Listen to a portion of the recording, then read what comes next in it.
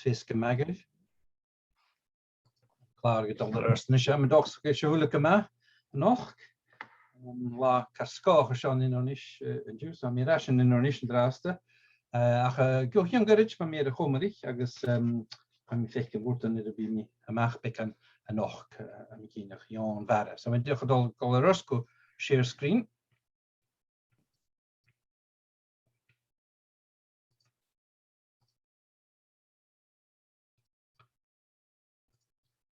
Am dag is we fech kunnen willen fech kunnen slide in Jan Wedde, Modern tank. Verder meer een tjiesk, zal we wist niet gaan. Wel, als je veel goede voor, ik vroeg dat ik hiersker in de klachtig, en ik ken je, wie kan het zo'n eesk, in de gaan ans, bij de klachtig in haast, get haar doin, ik nou als ik een schaar, is toch nog jifflietje, ach kun journals en willen een schaar. Maar een stukje beetje een toersige bekan briefjes. De dag een karintje nog. Maar brieftal zijn made by birds in pursuit of the fry of fish. Karen, cackling of geese. Chattering of birds are Karen and Georg. Kjan Ian Line, a leader of a flight of birds. He should know that there's some speren. A keach, a cry to call geese, a name by which a goose is called. Begint nog veel maken wil Falkland show, ik doe je haast, gonader, keach. Kjosen, light down of feathers or flowers, kjosen. Kloinak, a small feather. Kloijach, a down, particularly in a young seabird. Kloijach, kujach min kloi, agus kloonjach. Kullach lache, a drake, male duck. Kosher, the singing of birds. Edible gullach, a forktail. Ian fodhid, migratory bird. Ian grunochi, a wader, a wading bird. Ian lai, birds as a collective, Bishavel, Shinamikinach, Buyan Gian, and Ian lai, the RSPB. Ian shuel, migratory bird, Kuchoch. Ian snav, an aquatic bird. Fulakach, abounding in seagulls. Dakal, cackling of birds. Garich, tumultuous clamour of birds in a colony. Garak, an unfledged young bird, particularly crows. Galakan, an egg white. Gluk, glukjoi, a honk of a goose. Holly glukjoi. Gukal, cackling of the guga. Sound as a shinahanik, a fakul guga. Shin sat erst. Gula, no gulak, the note of the swan. I'm keen of the kill in the hooper swan, and Yalaban. Lachach, pertaining to ducks like a wild duck. Lachag, active diving like a wild duck. Lachspokach, web-footed. Orak, younger birds in the downy stage, especially the swan, shag, and cormorant. Orak. Plappertich, soft noise as that caused by flapping of birds' wings. Plappertich. Skoo, some flock, skoo, ian lai. Skadanich, sound of the flapping of wings. Skaravach, abounding in skerev, cormorants. Skaragal, call of a seagull. Skaragal. Spock nava, a webfoot. Icegill Jiffergoyan on some webfoot that are in a Gaelic. Spor, a claw, a talon, a spur. Agus spud, agus kujach, spor is spud. The genitive form has become the nominative shin. Agus turum, the noise, loud sound, turum, yaltin, ian, the noise of flight of birds. Turum, torum, taram, atule coherently fuemen, agus ishin shin na satirurs to reached. Rutte yech mir riano noch lishnihan vare. Or had duction soul voriter or a hadish in the blianachen an an armjach canon as doges, Nihon Varjach Beckham, agus beim Hirchen in Kuren an a buinen, a rare Chodlus a hat Michele, Shin root nach Helakinje an a Gaelic, but a shemplet Gaelic in the shearwater. So she fachich a hamigal in the shearwater, so toch be bech ille a cohen is ultimation. Agus am dolle horsach le is an aanlak verre, the storm petrol on the beerle aanlak verre. Agus met a hiesje hator enemen in the jiffer shorsichen iana show. The aanlak verre, the sea swallow, faunlak kutjach, a hiesje vruten met peter, kohiantirua. So Paddy and Peterach refer to the fact that it is always on the water, and that St. Peter walked on the water. St. Dwelly, luch verreke, a sea mouse, kutjach. Agus mother carries chicken, sin fachlin na Beerla, she the storm petrol offigo. Mother Carey was a supernatural figure personifying the sea in the imagination of English-speaking sailors.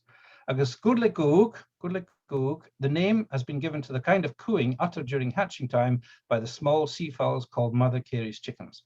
It's been described as a peculiar purring call ending in a hiccup. Shin mada hai kar anosach, Gudle Goog, Goog kintidig. So, Golan Mara, Nisha Mara, she quite is in that Ian show had colloquy hele, Shan Jeffrey Hound, she quite an edible, an allak vara, agus an edible as a Golan vara, Golach, but a big do von enem, Golan Mara, a reach to sea swallow. Agus, Hanna, Hionchoch, Hanilla, Hopalchin, Shan Leeches petrol. Agus nuan ha furach an brecht in serien chemical en nuskach na kin bit follow ko aardig bla as sin jaumrik. Agus a scrap mank shearwater. Dus bedoch bi fachlede ile Italiaanse akopeen futte jevins mooi kin jirig. Scrap the young is called a fachach. Perhaps fachach is used for all the birds as well in South Houston Erisketch and Meister Allen. It's used an egg for birds of all ages. The Vikings used to land on some islands, such as the Calf of Man, because of the eerie noise that came from the islands at night. And Shorsha had a netachug agus a general toil as in Talu, Farabita a netachug as Nihilan. A quarter of the world's population breeds on rum, so Karsten and Jon Galeer as in the rule. So all up at once again could to Mucherson and Jon Shaw, agus ha Fion Kujach Chich Ilan and Ille Radakashin, agus a mitiction given yon on a canai, a China rash, and Jada Skipper New Zealand in all agus na Ratan, Vasna Hill and Shin Horaskai Hulikaleer, or that a Doshiers can a toilachke, agus Kiche, Uyan, agus Nyon Orka. Agus bit Kiche, Jeffrey Shorsha Aish, agus be Kujach Fein Rutten ha Marav the Oorken mare. Agus be te veel we kamen no de han mochten mare e kiche agus be eesk verre we chin soes go oorken mare agus be ne scrappen in ocean. Be fein fonik kutje ken dirch chine. Na goed. So sin fachich de shearwaters nishin ox na falkaken. Agus bis ule eilech in een jaar zo ach je galig hakoit. Wel het hug more on. Als je boehetje gaan in heen, ach toen was gaan men zo schemes roegs toch een familie in ons in snokken gespechte roeg. Han het boelige kooit maar zo vet me blierne. Als je jouwrug gaan in de dagen in de koppenacht met haar astoundelijk. Zo'n astoundelijke hieschen maar stiekem kan je beter moed. Maar stiekem vet mag ik moet als ik jou ach hieke kutchieren zo'n jettig. Dus mijn heetje maar je veel kar moest bij koko uitgaan met een hele interessisch voor moele no hurst kies een mieltje in de haan zo het ja een hurst wie kan het dus het hurst go aarst zou sminnige gere met een goede kanaal aan de skugen dus nee met een goede kanaal niet ach boetje An a hurstje buhagere chanaget rish Ian Shaw met fiction buhagere. Sheikh be a feichilach lish an achoshed met the hugshif Manashukara. The young are called Kilipuk or Bukanach. Kilipuk. Kultaneb an an alapish, as in a kilch plow bill. Carmichael's notes, a dunne the General Ransach in a note Machele Wiechel, agus essens a gra kolkach anem or a vakachglach and changed to conceal its offensive derivation Aversacum nachation kerstach, sin mar a heen gara. Vig na hurstige glasgow soos fichet mele jugach bliana, agus shit na hiana yiche dat shach na huyenachke. Son kutchaine bliana ganactionat, agus eertjier bit een jettig agus een toilachke at de kleursjen as spoeden achke karkier gaan het zijn volledig agus het gemoorden over de shielteken agus caravaken zo'n maviek shielteken sandals caravaken sprats een soort bí achcha. Agus bheit dúnig gáil drugún blianachan gur it hiala can fall go ma ísal an nalapa agus go big sin na chud na buheit an na cúmarst. Glós at the first, na chatak, no black guillemot, not tasty, is na hilan hua, agus híse verriest tar enemen, a chaltak. Still a chaltak, a chomarig bischen gemfeichen chimicholischen, agus is no lochan mare, agus marstike an a buinen beke. Kutsen Janile had gematrich an a buinen more, ach na kaltak an marstike, had jochen a buinen beke, agus bit a chinas joch an a kalien. Ma fascid i'r chala hen agus Italian ma ha dewn I ffwrwch ysynadau sy'n caldag. Ha anna mi brochyn dych ar o'n na gaelig clechtig y caldig gwyd y fod, han yw'n mi clwyntyn o ffecyn môr yn addition sy'n. Winter plumage is mottled grey above and white underparts, and the immature birds are similar. These immature birds are called graliacan, on the Gaelic, graliacan. Ian and Scathin, no, Ian two Scathin, I get that piece more gallier. Agus common guillemot on the bearla. Agus Eiskorona, na Shan, Eiskorn, in the werk of go big van Ro and Tian Shaw and a patches, go big na Scathin on. Hatchin go cheer, Dirich son, Netachig. Agus Marstiki be ek mood. Agus eentje gaan drastig kiesje wat nieuw oke lees na maardigenachke die gesnaaf aan een kaartje na figuraatje dras waar had cointes chain week no een verbik. Just met de viaun wie een crew en ujan hanneler bullig kruin had kar cool aan een ik ken jaun je agus we had de kumla mach gewil shinners aan staat te goed in de huien waar wie a tuchtjum farna nachchen for be Jean Shaw netach in the crick naarste. Agus Ferrer Shaw Professor Tim Burkhead had a werkharige de goe Shaw college. Everyone knows guillemot's pointy eggs are shaped to roll in an arc to stop them falling from their cliff ledge nests. Trouble is, it's not true. They roll in too wide an arc, so run a geochanora. Last year, Professor Tim Burkhead of the University of Sheffield found evidence that the shape is more about hygiene on guano-encrusted ledges. Now Burkhead has published what he believes is a better explanation. While doing fieldwork, the idea popped into my head that the shape of a guillemot egg would be more stable on a sloping ledge. Over 50% of guillemot ledges are sloping. I tried it and it worked. So a recholish ha na huyen hag ma favrach and crew hir huyen en nian scatter. Goes a gun cultriche, razorbill cultriche. Could you falk, lavi, you should scrap in, could you a clare, could you falk chin van a lochelnish, maar ha eneminele. A reached had china steak or some netachug a van, agus mar stiche be a mach in a huan. Gat ma palchet ilan hounda was a couture. Handa, agus is na hilan móra, na hilan shianta, the Shan't Islands, agus mar stiche be a lorach a misciantu in Scathin, the common guillemots. A netachug for a vel cricken frickrach, and da is na hilan agus chin mór. Charoat a niche gomor, a collachrit na huyan shacht na hian a biar le dunje. Agus ruta ha anasach man nian shaw na a gospel se vial ha kama buye into vestay. Le petit Pingouin an a Frankish, agus gyda'r ha carcolach I ciawn fiwn no penguin.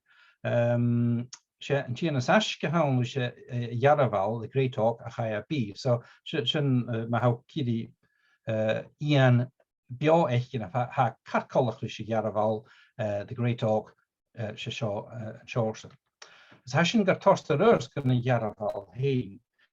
Nische chanele an a bí gummi mi orstanach chanele an a bí nische seo fer an a taitaski Chelvan Grove an a glasacho. Agus nu a hau coint a garaval but dunne gavínach mit le vigra o short tail, the short tailed one.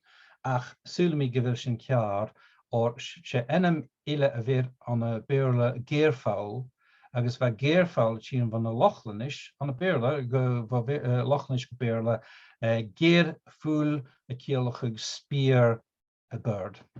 Agus am sminige gire sin tús in enne marci bíag gearafáil. Agus leis goróir chogáin as an giflintíag agus chomór agus leis an níise bheit charóid riamh an na suoige láit fábharach or charó cumas ach atir léim a meach sa bhúd I cric go má íasol charóid a bhín suas I ríchte go áit áart na camar sin. Ba luach mhór ara, cheannigad an an 8 nugus a cóig son 3 chéad go le nacht, agus a sin coionn í 4,000 nacht sa láú. Díoch sealtan sorsa je bheith cuid de gúine gur cús airigid an gráiche mar sinna canál sin.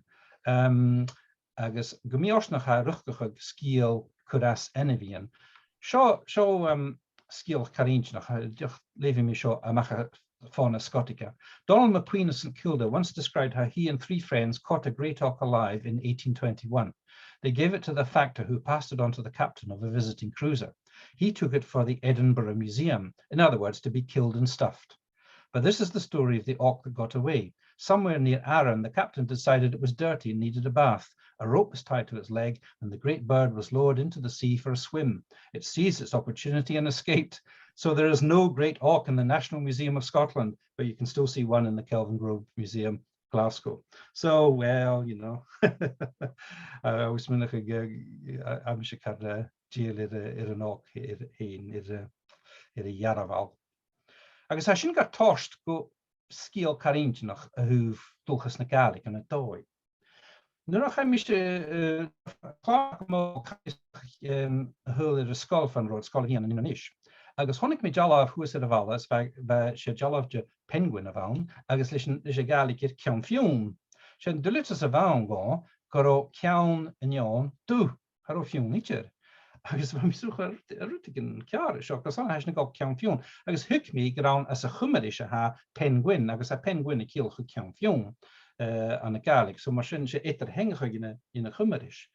A go ríist, a thula penguin hanil ceann fiún ir cinniu. Dú. Agus seán scíalach ar cholis. Ba íoscail an cumarach agus dácha fiún as a bhreitin bhí cúteach a cíosca chaáil an na Canada bhionata dúil. Agus bheit eolach ar an íon in duction súlan dras an Garaval mar penguin a saoús go raibh an netachug ar Ilan ag an ró ceann geal. Agus be sin an penguin sé an Chilan channe an tian, ach big duine ag mach the penguin bird nó rutig an íonsgur cochiatir sin Nílan, agus dócha go raibh guano ag na heán hain a bechadach rí is go an Chilan le ceann fiún ir. Agus coú chaine seolatan seo as a chumari, sias gona Antarctic, agus chonig it Jan Carcolach rís a gréitó, Carcolach rís a Yaraval, hias ag gojes, agus chudet penguin na Jan an sin, agus sin as cadachre an penguin a hakin. Agus a hula cultar as an dúl, sé penguin no pinguino no pinguina no rutigan in seás sin a héad a níon seo. Acha bhain an na Gaelic na Halapa, agus a sin na cumadiche lenten agus sé ceann fiún a hakin ar a níon. Caú. Sin mar a bheith agus sin an Garaval. Cos gan Jan Grunachi, the wading birds, bhí sé bhealach sin ach dé Gaelic a hacuir ar a chomadich agus siúrach ras a bríjan agus mór an an bríjan, bride's bird, bríjan agus cuiteach gile bríje, ach an a cuiteach háteach sé tríachan trátachan as rua.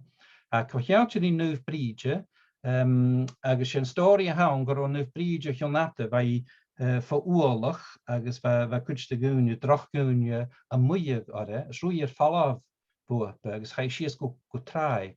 Sa áte sanna gáil an fallach in tráide chu bhánachtíoch femin ar an trai agus thuki go bas go bhí tíon áras. Cha ar a glúne sa raní úrni do días, thuki tang do días sanna a bethe agus lai sias ar a gannéich. Ach mustánig na droch gúne chonig na chean seoi, agus haringet femen harish bríide agus bha ar a sábhla go de lá sin, agus bheanichí an tían agus bhanóir sin ag na géal sé brídean nó gile bríide hir a bhí ar a nían. Sin an stóri caú, tá nú gá rá bhile fír, ach mas bríag fu mes bríag cúpa. Caú, bha mi brini botach an a Straspé, agus a Straspé pís mór a fallhan a bhd, agus húste rúm sa gálig gegus is an nugad nise, húste ách a nie bríide nó gile bríide chana sinne is an nían seo ach PH mar. Agus a PH mar ag ceolachag C magpie.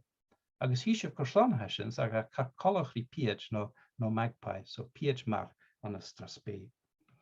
Agus bí an bríide na grá seo nuair é torst casmach do nísan, Jan Vík, bí glích, fá dhéan,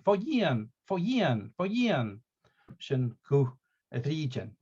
Agus a sin a nachgug an san nátean an a college na polis Allen, far an bín Njónáca tín címsachum a bhí an polis hí sih dá brídean agus a gálig fá bí glích. Am dochas go bí na polis seocha glích nuair a hat a muíana stráin caú. Agus seo apart cho eolach sa an brídean nid an trai. Cho eolach sa an brídean nid an trai. A bhrídeanach sin an an roin. Agus bha fer mach gra fuach ar a chomarí chanile beán is fe sé fer echtú ófasach má bhain agus har rit me go físacham dé ten am ceiste bhir fatúne or siach an brídean nach chanach duine ris. An brídean agus si sin nach chanas duine háasta dúas. Mé féinnicht a chuti go seo go sanna sé an brídean a bhir an duine sústa dó an dóid cosiach go bheice bheith carcolachrí an brídean a réir cholis. Joch fiú, Grinshank, joch fiú, hanna mi bulach cíneach cós a hánig sin si ha cíolachag Grinshank. Sin is an anticheart, seo múr clatich an ahir, múr clatich, the red shank, agus a sin carcolach is a Grinshank nó joch fiú ach ha casan jereke i'r nían seo, múr clatich. Tugi sif Carsona sé sin, bhí cosiach go chlatich mar a vis na múr chlatich. Cuideach déach a facil enamína rí ulenach. Forbes skrif Forbes van mag ik winneste nog gewoon een sleetje. Forbes skrif mien toch behech mien dolges na Galix en mijn Gaelic. Agus hoorsteger wil rí ulenach a kielch antler king as the bird was said to perch on deer's antlers to give a warning. Han een bullig kienig koers a hanig sin. Dat begint nog barach geen mag. Mie. Post het Ian Bjaltin, tuige sib dé sinna céalchuig. Cuideach le gulipneach, Amatan Bjaltin cuideach. Le gulipneach half curlu, a carcolach rís a curlu, mar a hí sin an a minute a gulipneach, ach Amatan Bjaltin, the full of Beltane, or it appears at Beltane on its migrations from South Africa. Not very different from the curlew in appearance, but unlike the curlew, they will readily allow hunters within gunshot range, hence Amatan. No, far gulipneach mock curlew, so Amatan Bjaltin. Is this Ian Bash? Jehan Ian Bash, bird of death. Carmichael, as a notichineke, skrif me, she is maar a Ian Bash, a small curlew, predicts death, like the sandpiper gives a sharp pipe or skriel.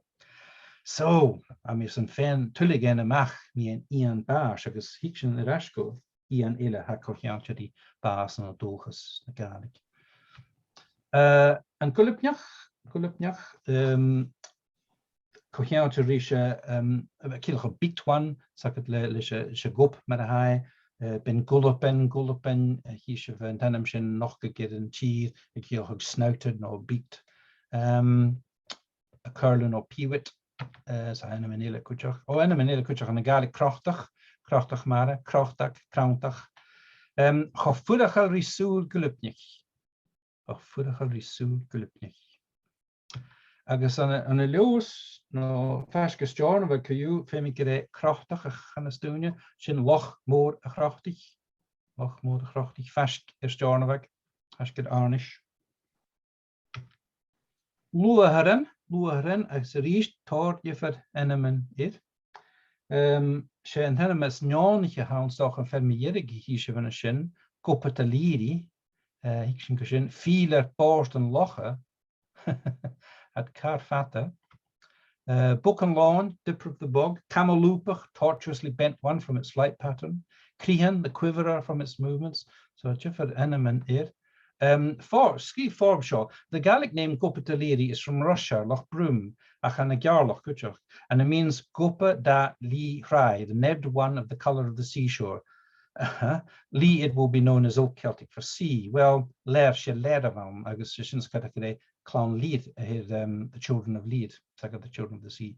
Another form of this word, Goperliri, is found in Sutherland, meaning it is thought the sea-coloured shore goat. Ach she goer no gaver van is een John Gaelic goat gaver notion goer gower. So han mi bulle kindje of genu 4 agus ha kar anasach an tenem sin Gopataliri wil ik tjach kochiant die gop an het doi ach ma josje mach nach inche fin. Polderen dan gide fettig tarmach traat gochach dit shore Ptarmigan. Harvey Brownegra gewil trílichan busybody or fussybody agus va essen genotor who've dochas nater as na helen an nier skrif ik mi charogale kekke ach ba oejek is a gana. And if you show a lot of me on a blog a young garage. If you're thinking that the name Dunlin doesn't exactly get your motor running, or should Dunlin here on a Beerla, Dunlin, Pollerin, Magali, you won't be surprised to learn that the bird itself would seem unremarkable to most, boring you might even say. In fact, I'm not entirely sure whether this often drab little bird and its unassuming name have long captivated me, but I suppose matters of the heart do sometimes defy explanation. The etymology of Dunlin doesn't help on the matter. It may share its origin with the English word dun, meaning of a dull greyish-brown colour, referring to the bird's winter plumage. Alternatively, it may come from the Gaelic dún, meaning hill, and linya, meaning pool. This presumably is in reference to a place where it was once observed by some long ago Scot. Smush in the roast. Agus fimi sagad msauna sa Gaelic fimi groi fatarash. An de bergen doen je. Ach, you, a wil Dunlin tien van de Gaelic. Roet nach de sminnig mi kus mi en Ryan Shaw. Kan you polleren hij nog een val mi kinje. Trieligen traat, ringed plover.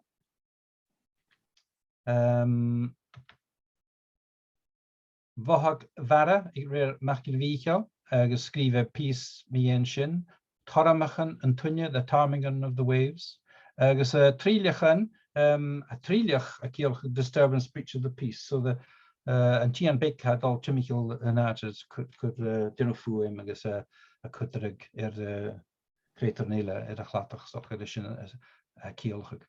Trílichan Big kutjach and Turnstone and ten and Beerle chin van a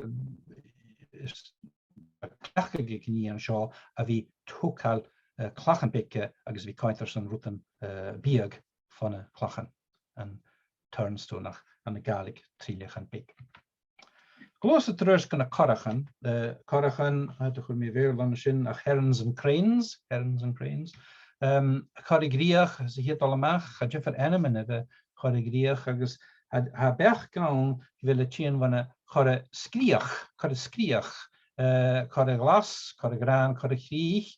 Riadach agus or be bit general skret agus of a very deaf person could you can also in boor hagra hachleine glugich in car. You can't hear the cranes cry. As ornan be a crane had in gal maar et hengig car. That you get into van car sa car heen a jerig. Agus hi se famous wie ons geen komesach or ha so het frurk ientig ik niet aan zo. Een enige char zeg het duif deref, da ian giek ik in dreulen, zie het gesaif seref. The heron has one chicken, it is cross and churlish, the wren has 12 and they are docile and good tempered. Also an observation of humans. So ga ik misschien ook heen, wil clown aan het jeldig in moren, en dus moegelen clown and a jelly can big. We also have another proverb or saying exemplifying patience. Iasgach na cara, the crane's fishing. A whole day spent watching her chance is nothing to her.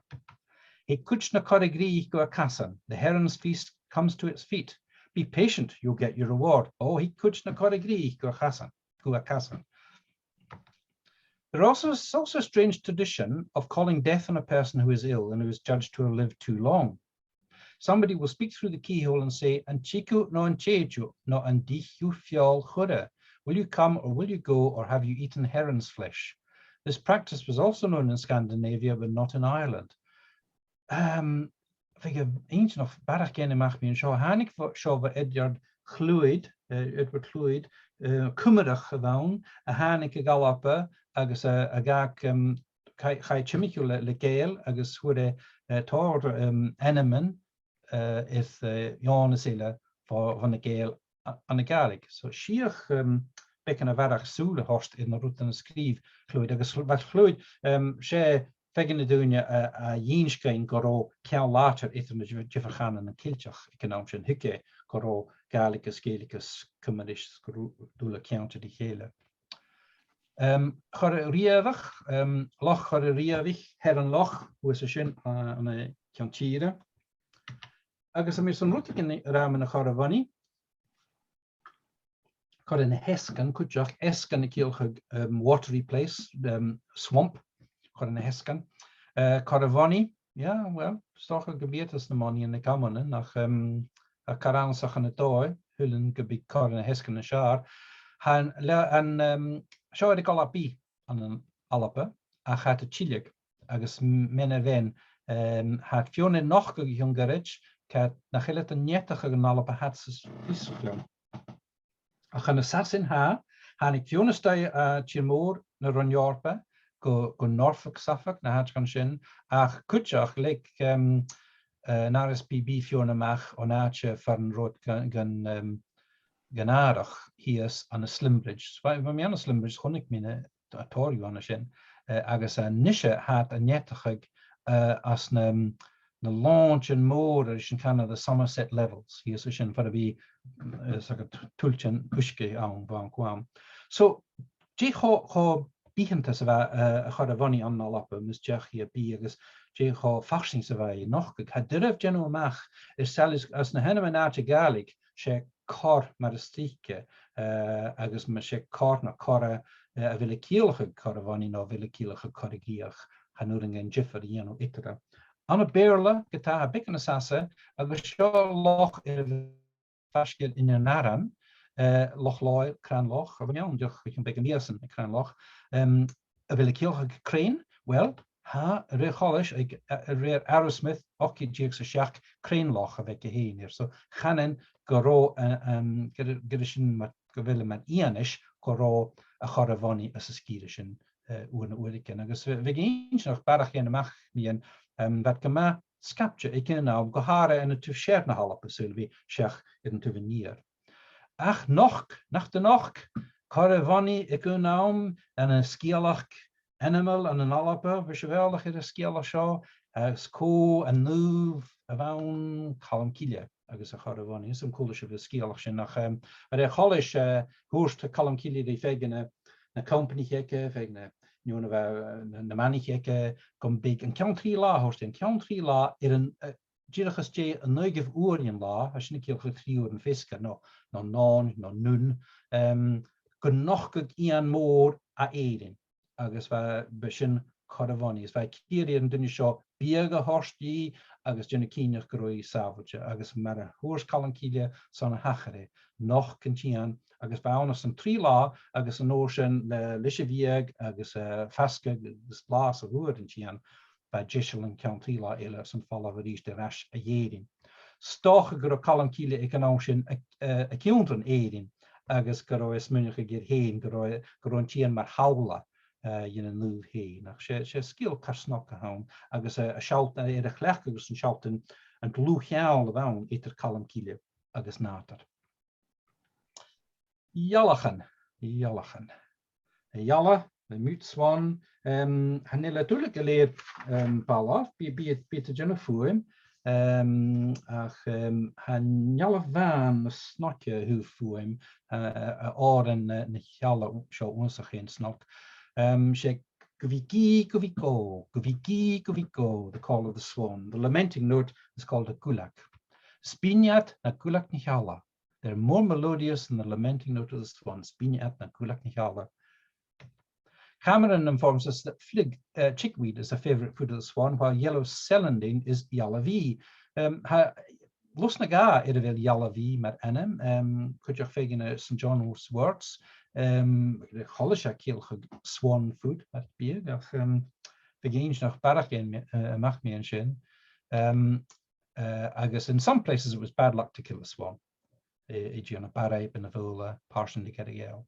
I guess so on a Carmina Gadelica. A woman found a wounded swan on a frozen lake near her house and took it home, where she set the broken wing, dressed the bleeding feet, and fed the starving bird with linseed and water. The woman had an ailing child, and as the wounds of the swan healed, the health of the child improved, and the woman believed that her treatment of the swan caused the recovery of her child, and she rejoiced accordingly and composed the following lullaby to her restored child. Jalavan ho hi ho ho, stroog de garep ho hi ho ho, stroog met hou ho hi ho ho, stulket akel ho hi ho ho, Jalavan ho hi ho ho, kien och hartjef, agus mar sin rust, halenten is een grish, en Carmina Gadelica, sin volume 2. Lochnen jalachen, hier hoe gaafdef, hoe is doe je Lochnen jalachen kutjach en kintale. Zo had het er nog gegaan in de menage schützen show. Agus seo Ian Bashile, Ian boeie een korp, has een gloos het terug. En mi dirige de goed aan de show hiels naar Kroatië, Elis naar Gorander en een mikindig die George Haunach. Masje Allen, a little bird said to be seen before a death occurs is called in Bara Ian boeie een korp. It has a yellow spot on its breast. It does not go into the house, but hops and flies about outside round about the house. Its size is like a lark. Antien Bash heard my uncle saying that he had seen it once on the afterthwart of a boat, which was lost that same day with her entire crew. I was in a Litichen JM, Kochian is up in John Mac Rutik and a Hurricane. So Ian Boyen and Corp, because I don't Machriev will alleged to go down near Ian Macmenamnach. Closer gonna Fulakan Gama Palch, as Gaskide Havor. Fulak vik en skatten. Common gull. Fulak vik en skatten. Fulak voor en skatten. De herringull. Sklurig. No, sklooprig. A young gull. Agus skarak. A young gull of the first year. And a skarak en palchen in Onish draas dat je me kan teisho. Agus a aperstan goe na fulak en a biel na skarik. Goe na fulak en a biel na skarik. A young person who's really a skarak, pretending to be a fulak, is not old enough or she's not old enough yet. So they're a bit precocious. Hokori fulak, as good-hearted as a gull, doubtless ironic, the seagull is the most resentful bird on the shore. Hola mi bechgilerishin vatiga, well, no ha bia gaan bina fulak in a kevers, geno scaragos, gen fuem moor, agus nachela shin na kinshe dan na fulak in illa govil bia gaan. So marshin, koikafis korsona hanich. Hokori fulak. Fulak and drachlatich, the seagull of a bad shore. Poor people attached to their home. Fulak and drachlatich, the horga vi gloset, arif berkendunya chrui shocky. Fulak, a flighty sort of female, scatty like a seagull. Lorak mission on Krunjachig on a Salerlan on a Stornovak. A fulak ervood. Shishinachanas is on white horses on the sea, and some of the berk. No apperst elek doen je sunshine. Die gaan je heen naar de hiesje white horses. A fulak wood. Gofun rifulak aan zijn nacht. Hij gofun rifulak als nacht. Hashin a mag hier een dag moor aan een leeuws. En noon velle van een heel klattig aan een nelen leeuws. Het is aan je van je gofun rifulak als nacht. Zit in soms in de hand. Wanneer staat je in de niche te dus hagen met die bottige show is sanne loose wij is carriage going naar lokalik is hosh in de brien is verder show van de version is hosted in my carriage I'm the harbor master in Ach zoals ik mis garrig ik har weer fysiek nog kallas bi as nach gewoon gar fysiek mo garrig so she well long nonsense for you loch en vuurlijk en Glen Morris na sin loch na vuurlijke de loch de gal a ga vuurlijk hele agus sé vuurlijk in dui vuurlijk goedjamach kan doen storstak kutjach storstak agus is sin fakkelhach gan straspe stoch a badge noch kutjach agus ha loch haun is de van groeg in de loch na storstak de loch of the black-headed gulls en hem kinje gewer sin aan fachters be storstak ach sin ha no de goue wesen kinje sin go verle legalica straspe storstak farspak da jorse aan lesser agus greater black-backed gull, agus black-back, farsback, a chin van a lochanish, zwart bakre, a keelge black-back. Shimmick farsback, ranju vera sula gara varuku said of a notice and killed a fowler and daring cragsman.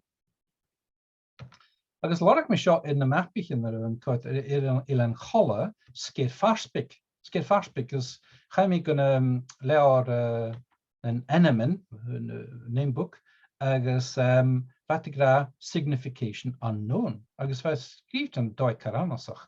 Femi kere Hannes kere skir farspik. The black-back skerry skir farspik F bechorvianshach PH. Ruchak, ach enemenile, skarak, farak, tarach, skohak. Begint toch van de marché eigenlijk ook heen er kittyweek, kittyweek hier aan de bureau. So kittyweek tien van Noem had je ano, zoals kittyweek.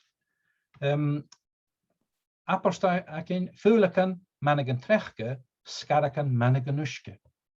Seagulls prognosticate snow, kittyweeks prognosticate rain when they appear in the fields. Agus nog goed als een hele anciënte skeer na Ruchak, skeer de kittyweek, skeer na Ruchak. En toen we ze uit iemand te gaan zijn Jan verre een hele anciënte. Agus volle maar. Wel, hij kan kollegrie voelen, ach niet voelen gehouden. Hij kan katnes kaartje hier is na albatrosses, zeg. Na vuurlijk en agus hiesje is een dooi zijn beet die de schiers kunnen maken gliding secretarisch in de tuin gunnevie bloos het een skiën en achke agus kutjach hiesje is een jalaf gewel tubischen een kraan ik kan doen maar agus hij zijn kochiaantje die kurt salen mach hij schurst tors fit het Lana gup in de haal van de Juan agus een boeikachke koper notion in een salen horstemach as a boeik. Agus nach in soele nach gebria het de grage wil het doen marchen die de regionske willen en agreen kom later as na hatchen verder wil het een jettig en fulmer. The presence of fulmars was a good sign of herring. Fulmar oil was used in lighting and as an ointment for aches and pains in bones and muscles, and was used for purging and provoking vomiting. In the 17th century, the St Kildans exported fulmar oil to London and Edinburgh, where it was used for medical purposes. Gipan, St Kilda pudding made of the crop of a solan goose, that's a gannet, filled with a mixture of fulmar fat, oatmeal, etc., said to be most sustaining and efficacious against coughs and kindred lung troubles. Ja, agus bij te fas zoals go keret blian en dagen blian goes na volle man wat osa hen kutemach da wondje hurst na volle man. Fasketeren, de skoes fasketeren. Zo fasketer hiesje jiffer enemen kachlach maar exemplar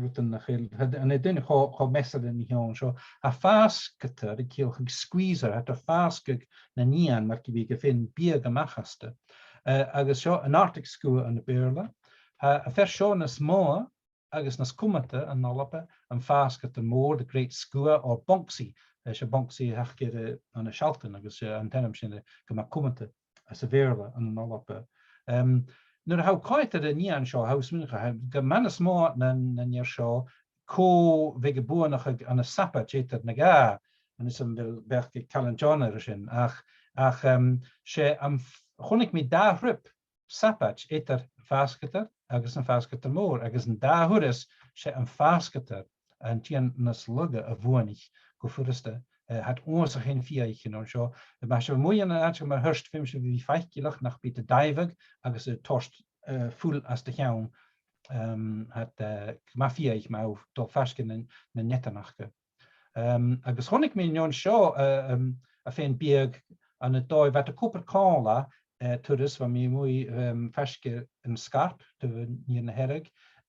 Agus hanig da asket ervoor, agus ga in een nieuw greim skia ik soelere, agus ga een verele greim skia ille ik een toelere, agus tuurlijk gomet greim in toelers, kus nach burenden toelere valaf. Agus had er een kalele, agus je toch koik minuten goed een soelere bier gemacht stomach, bier geleerd was stomach, agus lik na vasket en valaf, agus je het een bier. Zijn 6 spoeniteren na mara a honte. Fiannakan, crows, fiannakan, kutchika fiannak is back, kut een roet le show, kutchika aga fiannakalas, er son show, kutchika starak hier. So begint nog fijn mag ik een direct je hene kraas van hoodie crow, agus black crow. The young is a garak or garach. There's an apperstaan gogeel Krishna Karakan. The croaking of crows is described as a graak or raach. The call is vaak, vaak, vaak, vaak. Oorstan Yanak, Shimonian, a Garakon. Also gorach, gorach, gorach, Oorstan Yanak, Shemavachs, and Garach, Gorom. Agus apperstaan is boyachlish and Yanak, Gorom, Garachin. The crow thinks her own blue-black chicken beauty, whereas maybe some people don't. Als je een keer gegem, zeg ik toch ik wil ballig als een apach, dus aan het ding dus minder gekusje, ach spoilig en Jannek, ik een garage is maar thinks the world of him. Kan je krokken Fiannek, sporren Fiannek, rotten het enemige gerson ne Fiannek, agus around become. Unga en Jannak zijn 3 keer hoe die pasten, koik schia skripje, schach och buki gukrochke, nooit jichie. Ruan of Jannak gen, met een maatje aan een It was believed that if the raven cries in the morning before the hoodie crow will be offended, but it is the hoodie that cries first, they expect bad weather. Na kreeg Fiannak na fiach be an law mar as telegia, so sin a minister a brian nishe. Na kreeg of nonsense a show. Rutten huas she gia ni kagunik kayu she law ma no laton of his son. Agus a kak yerak hasach has sin a misk an chaulik show no choch on the beerva. Agus kak sin a galik a jackdaw. So kak yerak hasach sin first glord the red-legged jackdaws. Han nillet comment an alpanische. Kon ik mishat an a colossa agus orasari tu colossa agus an anile. Nach me natches bilet. At an nilan vanin palch glioren sin agus babish gab vi palch de geltach ach ha mis munige gre nach heel crow nische in kumalis na balchen. Gede sin stochas karach die kaul en kaken show agus had a joon ik wil am so in RSB ik wil no lisha wil orasa had ruyenaatje son jena kiendig kan be en chien show kan be bier glorachke at de lorak na routen ha chimpio ans woger ik kro. Vier kutjach the raven gaat toegrishniach a vis vier he has raven's knowledge supposed to be supernatural. Had also glich nie on show. A glichkus and can there is wisdom in the raven's head. Session and vier genoeg van tor en een menaatje been en vier maar een simpler aan een niele. Kreeg nie en de geel. Sonic vier na mocherie we soele weg as a foe. Sin galige the early bird gets the worm a chakarnas. Ní chlach wat in de sin. Mollig nie de knaaf, kalomig, the raven's recommendation of the bone to strip it.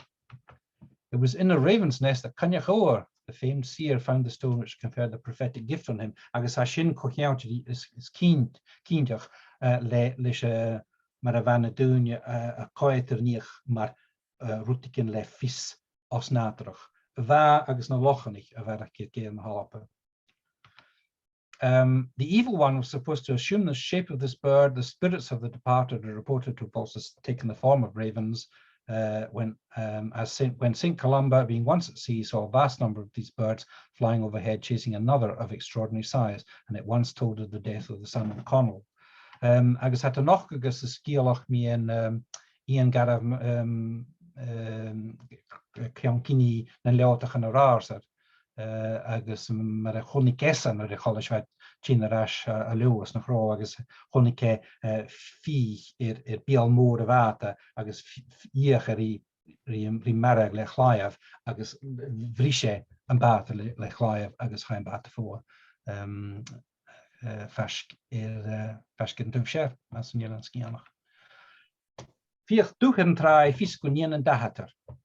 A death omen, probably the dresses had to be dyed black. Fiach du in tai, so fiskunien en dahater.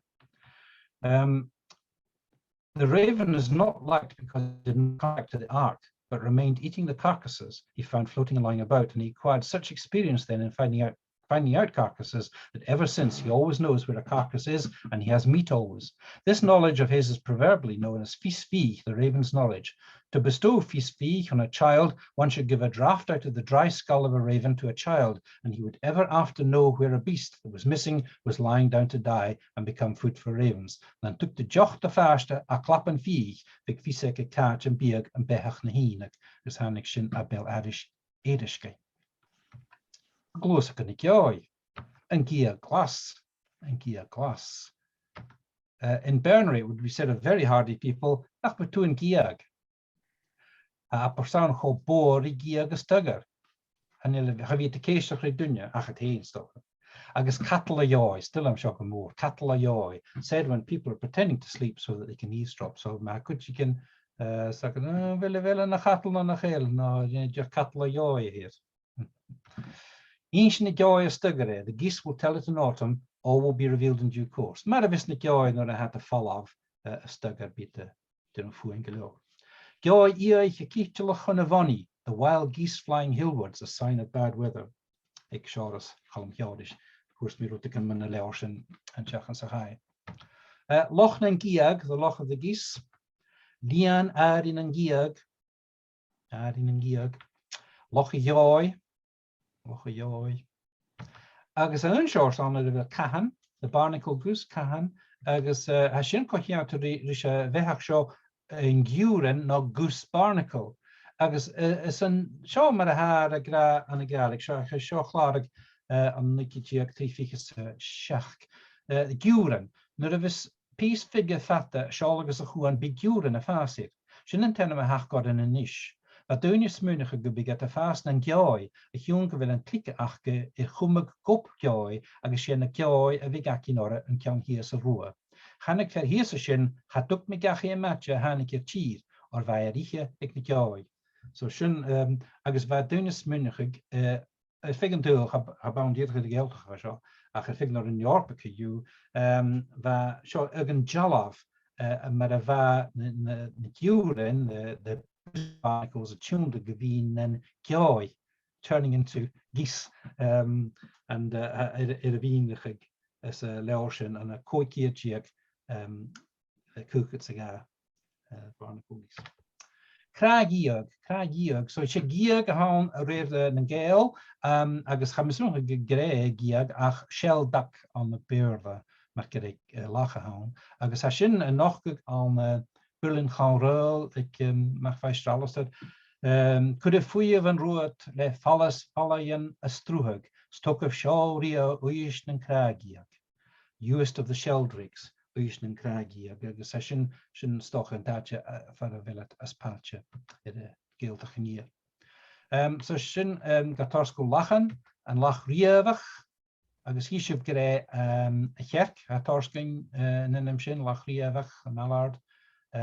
Maladrig she Tulleman hier, Reduelli, Tulleman. Sho appers, she mien de lache, en loch inach bi. hij kan kiezen wie een aardje van de gele. Lach wien, de longtail duck, kies je persoon aan de beerle, ach lach wien, or heb voem has oren, moest er geen snokachke. Agus big na duinjes menig garo at de kantin, de gele graag, or de kantin clown nach candy. The name of a clan once living in Bernera.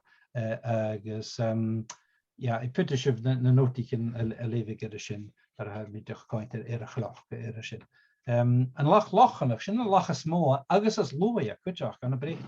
En lach men gehakke maar gole me herrig gra lach voor. Lach heisje aanstoge kuach en toch een neuiste sin. Kalkig en een mekinig de jako heen eiderdak aan de beerle. Agus sin een kallig. En de kerken quite gemaakt het jouwtje. Short call gematrich, staurig biedt chin call de sin weken in hischen nakke. Agus andershin biedt de karig. Agus Isaac om de haar de kar in en een leurigen met de arisches etjes. Ach ga met de vakeeshach kusrich na jaan show. Agus ham hier de Isaac nische die had de gra. Or biedt de gra. Een koele toneerk, ga hol me nerk. Een koele toneerk, ga hol me nerk. Het had een merke bigge berindig hele, maar shit. Ach, hij neemt me fijn, maar hoe ze bij je nerk houden. Ach, mijn kinderen dus in de had ik graag hele, een koele toneerk. We zijn project snakken we gaan, de big le clown, toch is een Scotland Gaelic, wie. Zag het keestdag die voeren met de niet aan, dus wie graag een kleintje vrotigen aan de Gaelic naar de hand gaan de plien. Jimmy en zag het big project, hoe ze heen snakken we gaan. Lachen en een snakkers in wie in een grimace. Shield de jerk, de meganse, shield de jerk.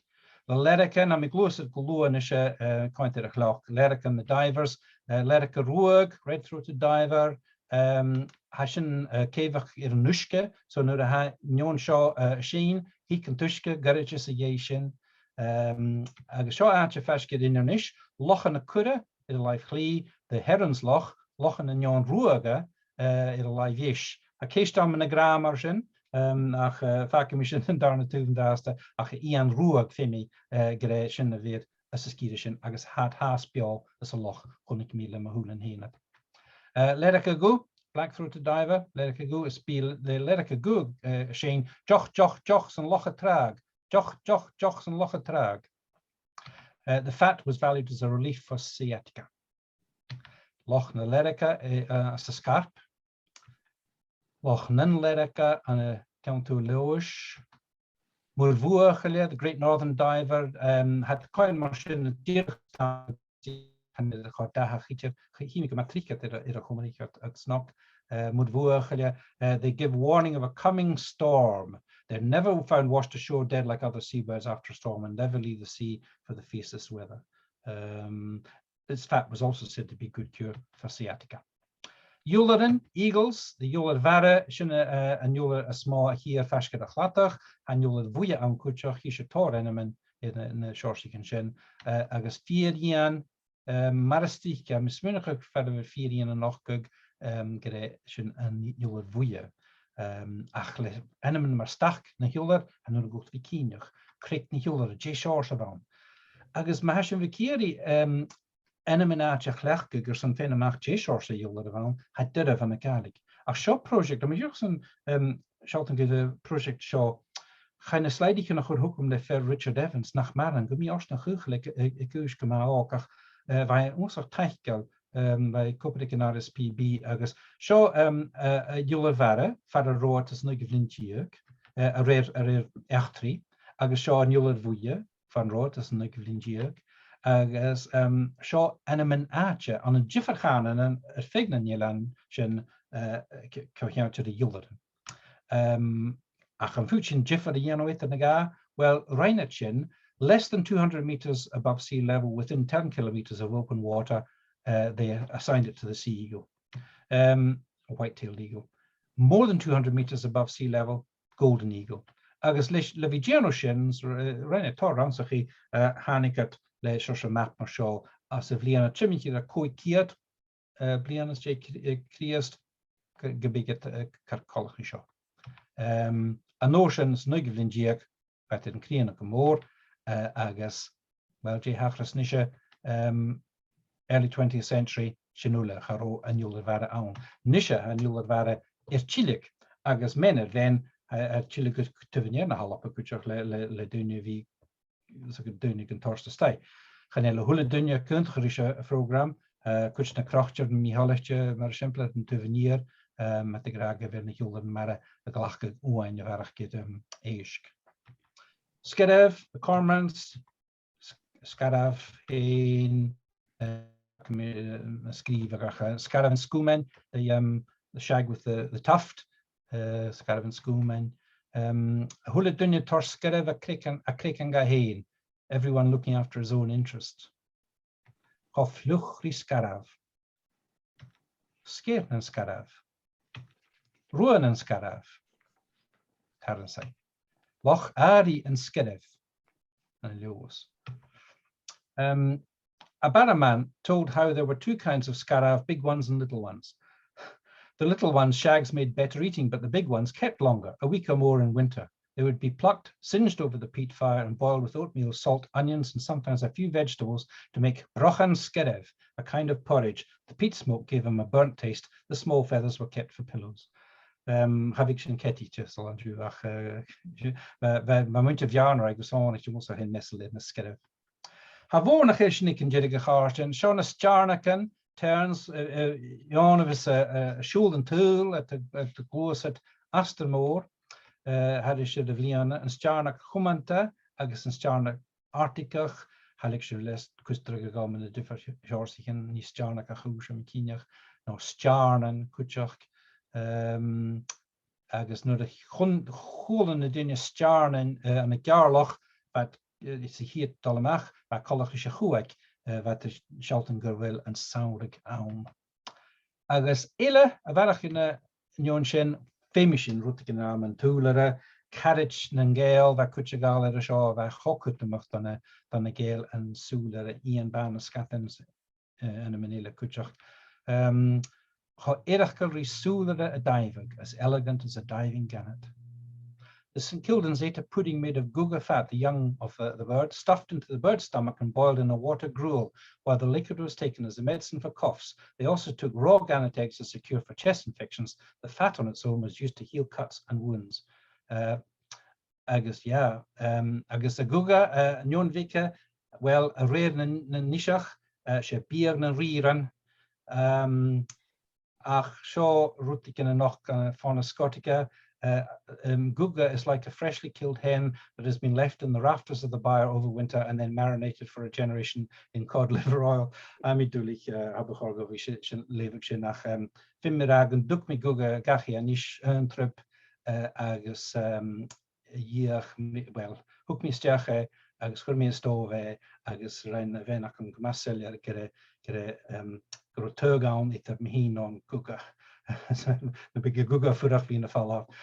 So Hiroshima said a iskwen and nishi kama messel is guga agaser in tradition haun fiona fall of a mach gachsaur agus an davile din hion a varags a horskachi agus a shin kettiche at fin ketterson shin. How do we conspechach ach a marken haast agus maar hoe staats McFarlane kianos de boeien fatum toch bliane saker magoshev me visje we kanach chicken as a boevoer ginger for hound livy saker fin gugichen anater so she kiste hound stoch jespeterson laile kan you tap beliverson eestachrum